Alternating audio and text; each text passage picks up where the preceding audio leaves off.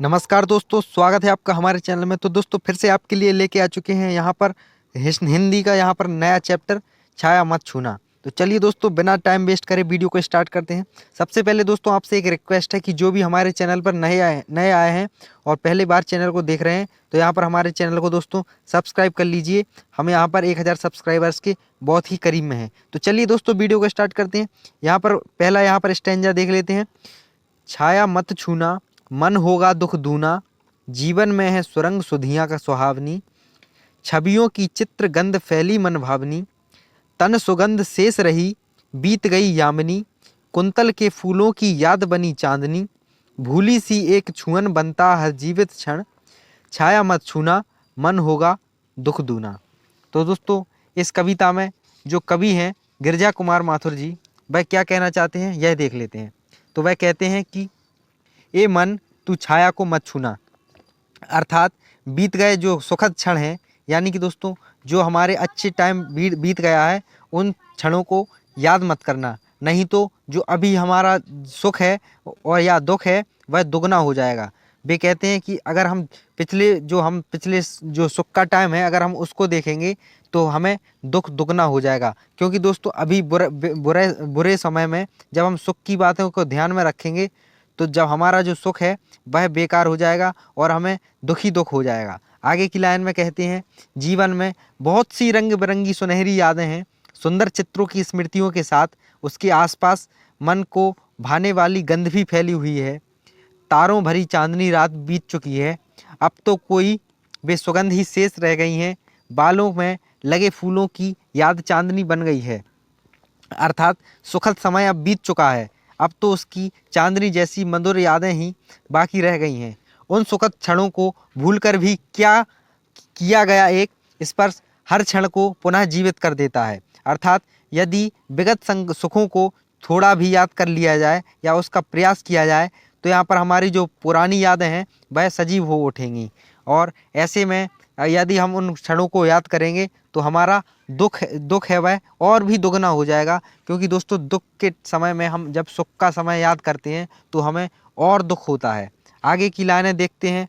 आगे की लाइनें कवि क्या कहते हैं।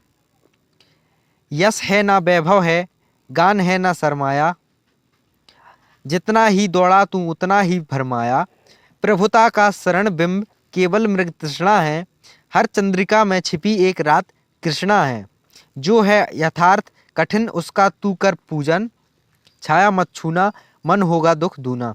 यानी कि दोस्तों जो कवि हैं वह क्या कह रहे हैं ये देखते हैं। तो दोस्तों कवि कहते हैं कि यश, ऐश्वर्य, सम्मान, पूंजी, यहाँ पर इन चीज़ों यह स्थिर नहीं है, यह हमारे जीवन में आती हैं और जाती हैं। तुम इन सब के पीछे जितना भागते रहोगे उतना ही भ्रमित होते रहोगे। महान होने का एहसास तो मृग तृष्णा के समान है। अब दोस्तों मृग तृष्णा क्या होती है यह हम जान लेते हैं। यह दोस्तों बहुत ही हमारे लिए उपयोगी शब्द है।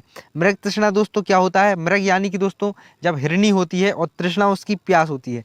तो दोस्तों जब यहाँ पर जो मृग होती है उसकी जब नाभि में यहाँ पर केसर उत्पन्न होता है तो उसकी जो खुशबू होती है वह चारों ओर फैलती है, और जो मृग रहती है यानी कि जो हिरनी वह इस खुशबू की तलाश में पूरे यहाँ वहाँ भटकती रहती है, पूरे जंगलों में और हर जगह भटकती है कि वह दोस्तों जानना चाहती है कि यह खुशबू आ कहाँ से रही है। और दोस्तों वह खुशबू वह कभी भी ढूंढ नहीं पाती है, क्योंकि वह उसके पास ही होती है, परंतु उसको ढूंढने में वह अपना पूरा जीवन व्यतीत कर देती है। उसी को यहाँ पर कहा है कि यदि तुम यश, ऐश्वर्य, सम्मान, पूंजी स्थिर नहीं है, अगर इनके पीछे भागोगे तो यह मृग तृष्णा का एहसास होगा। आगे की लाइन में कहते हैं, जिस प्रकार प्यासा मृग पानी में रेगिस्तान में भ्रम में निरंतर भागता रहता है, उसे पानी नहीं मिलता है, उसी प्रकार मनुष्य महत्व प्राप्त करने के प्रयास में निरंतर लगा रहता है, परंतु वो उसके लिए मृग रीचिका ही सिद्ध होता है। हर चांदनी रात के पीछे एक अंधियारा रात भी छुपी होती है, अर्थात हर सुख के साथ दुख भी जुड़ा होता है। जो कठोर है यथार्थ तुम ही उसका पूजन करो, यानी विगत दुखों स्मृतियों को छोड़कर यथार्थ का सम्मान करो। कभी कहते हैं कि ए मन बीते हुए सुखद समय को याद मत करो, इससे दुख दुगना हो जाएगा। अब आगे की लाइन में दोस्तों कभी क्या कहते हैं यह भी देख लेते हैं। दुविधा हत साहस है, दिखता है पंथ नहीं, देह सुखी हो पर मन के दुख का अंत नहीं। दुख है ना चांद खिला शरद रात आने पर, क्या हुआ जो खिला फूल रस बसंत जाने पर।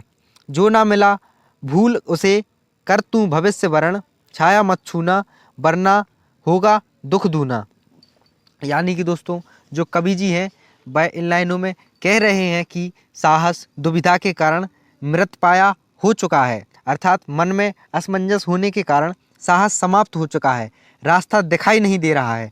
शरीर सुखी भी है तब भी मन के सुखों का कोई अंत नहीं है। इस बात का दुख है कि शरद की रात आने पर भी आकाश में चांद नहीं खिल सका, परंतु रसपूर्ण यानी कि अर्थात आनंददायक बसंत के बीत जाने पर भी फूल खिल गया, तो इससे क्या, हम अब उसका आनंद नहीं ले सकते हैं क्योंकि वह समय निकल गया है। कवि के कहने का भाव यह है कि शरीर के सुखी रहने पर भी मनुष्य के मन में अनेक प्रकार के दुख रहते हैं। यदि समय पर हमें उपलब्धि नहीं मिलती तो हम दुखी हो जाते हैं, परंतु यदि समय बीत जाने पर भी हमें कुछ उपलब्धि हो जाए तब भी हमें इसका आनंद उठाना चाहिए। कवि कहता है कि जो तुम्हें नहीं मिल सका उसे भूलकर भविष्य का वर्ण करो, अर्थात उपलब्धि ना मिलने का दुख भूल जाओ और वर्तमान सामना करते हुए अपना भविष्य संवारने में जुट जाओ।